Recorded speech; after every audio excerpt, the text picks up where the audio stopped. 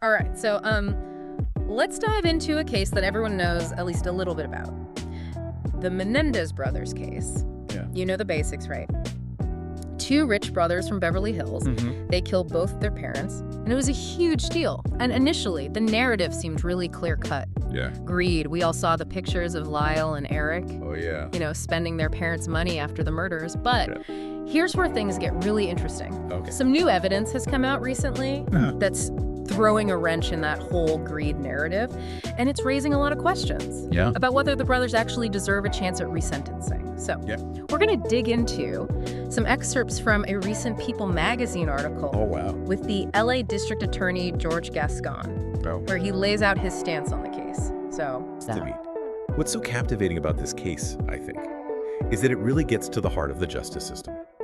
How do we balance a horrible act of violence with potential mitigating circumstances? Right. Can people really ever be rehabilitated? Yeah. Even after committing such an awful crime? Yeah. And what does justice actually look like in a situation this complex? yeah, totally. I mean, so let's rewind all the way back to 1989. Lyle was 21 at the time, and Eric was 18. They shot and killed their parents, Jose and Kitty Menendez, in their Beverly Hills mansion.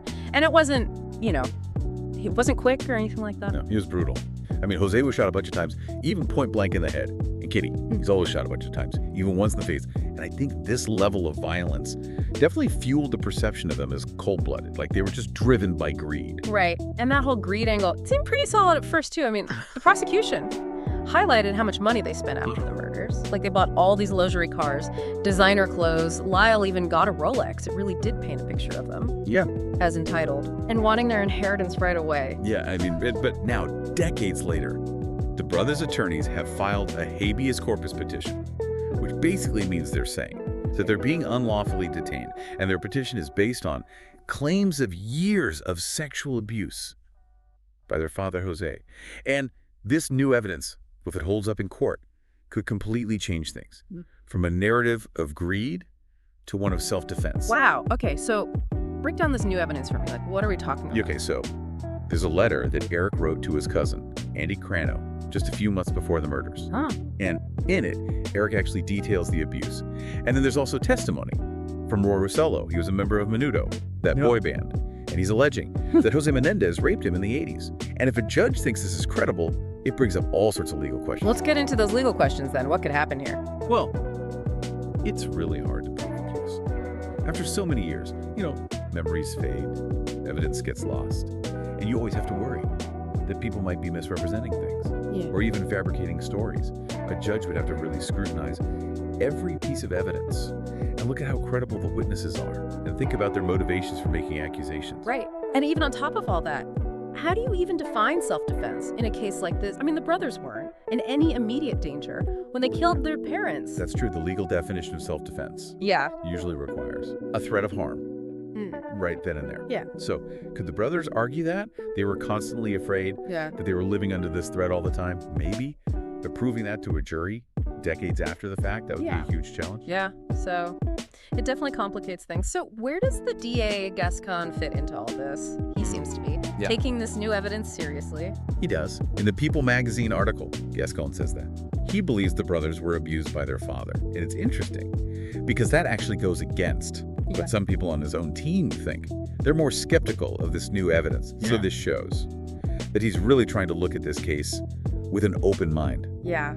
It's a bold move, for sure, especially with such a high-profile case. So what does this mean for the possibility of resentencing? Like, what are the chances that they might actually get a reduced sentence? Well, Gascon has said publicly that he doesn't think that Lyle and Eric are a danger to society anymore. He even said in the article that he doesn't think that if they were released, that they would be going around, killing people or robbing people on the street or anything like that. Wow, that's a pretty big statement. Right. But even if Gascon recommends resentencing, he doesn't get to make the final decision, right? Right. It's ultimately up to a judge. There are a lot of factors that go into that decision, like the nature of the original crime, their behavior in prison over the last 35 years, any evidence that they've been rehabilitated, and of course, how much of a risk they might pose if they're released. It's a really delicate balancing act, and it's going to be watched closely. by everyone. Yeah. I can imagine this is like uncharted territory or something. Like, how often do cases like this get reopened with like game-changing evidence after this much time has passed? Yeah, it's definitely not common. But I think this case shows how much our understanding of trauma and abuse has changed since 1989. Back then, the idea of men, especially sons, being sexually abused by their fathers, that was taboo. It wasn't something people talked about openly. A lot of people didn't even acknowledge it. Right. It's crazy to think about how societal norms can like influence how we see justice. Exactly. The Menendez brothers' defense attorneys, they actually tried to bring up the abuse allegations during the original trials, but the court didn't let them fully present that defense. But now, with this new evidence, and I think people understand abuse better now, maybe a judge would see this case in a whole new light. Yeah. I mean, it makes you wonder, what if the brothers had felt safe coming forward with these allegations before the murders happened? Could they have prevented this whole tragedy? That's a question that comes up. In a lot of abuse cases, it shows how important it is to believe survivors and to create safe spaces for them to talk about it and to understand how trauma can affect people for a really long time. Let's say, hypothetically, the judge grants them resentencing. What would that look like? Would they just walk free after 35 years? It's not that simple. The judge has options. They could reduce their sentences, so they could be eligible for parole, maybe right away or sometime soon. Or they could say, okay, you can be released, but you have to do certain things, like therapy, or check in with a parole officer, or maybe not contact certain people. It depends on how much the judge thinks they've changed. And if they're still a danger to society?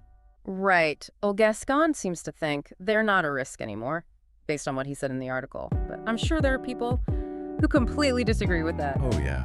This case is really controversial. Some people think that no matter what, if you take a life, you deserve to spend your life in prison. They'd say that. Nothing can justify that kind of violence. And that if you let the brothers go, it sends a bad message. Like, you're saying what they did wasn't that serious. I mean, that's a valid point. But then there are other people who believe that people can change. Even after they've done something terrible, they'd say, look at how young the brothers were. They've had clean records in prison, and they could have productive lives outside. It's interesting. It's this tension, trying to balance these different perspectives. That makes this case so fascinating. It forces us to ask these tough questions about punishment versus rehabilitation, forgiveness. What does justice really mean?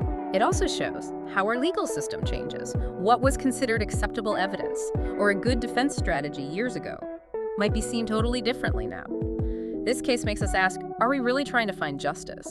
Or are we just stuck in a system that might have been flawed to begin with? Yeah, that's a really important question, and it goes way beyond the Menendez brothers. It makes us question what we believe about crime and punishment and whether people can really change. It also makes you think about why we're so fascinated with true crime. Are we as a society too quick to judge, especially when the details of a case fit our own biases or ideas? That's a good point. The Menendez brothers case got a ton of attention from the media.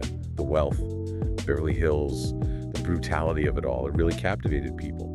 But now with this new evidence, we have to rethink those first judgments we made and realize that the truth might be a lot more complicated than we thought. It reminds us that, even in cases that seem straightforward, there's often a lot more to the story. And that's what makes this deep dive so interesting. It's not just about rehashing an old crime, it's about challenging what we think we know and having a deeper conversation about our justice system. Yeah, this case is like a mini version of these bigger debates about accountability, empathy, and whether people can really change. Right. Do we believe in second chances? Can we forgive people who have done awful things if there were reasons for it? And how do we define justice when it's hard to tell who the victim is and who the perpetrator is?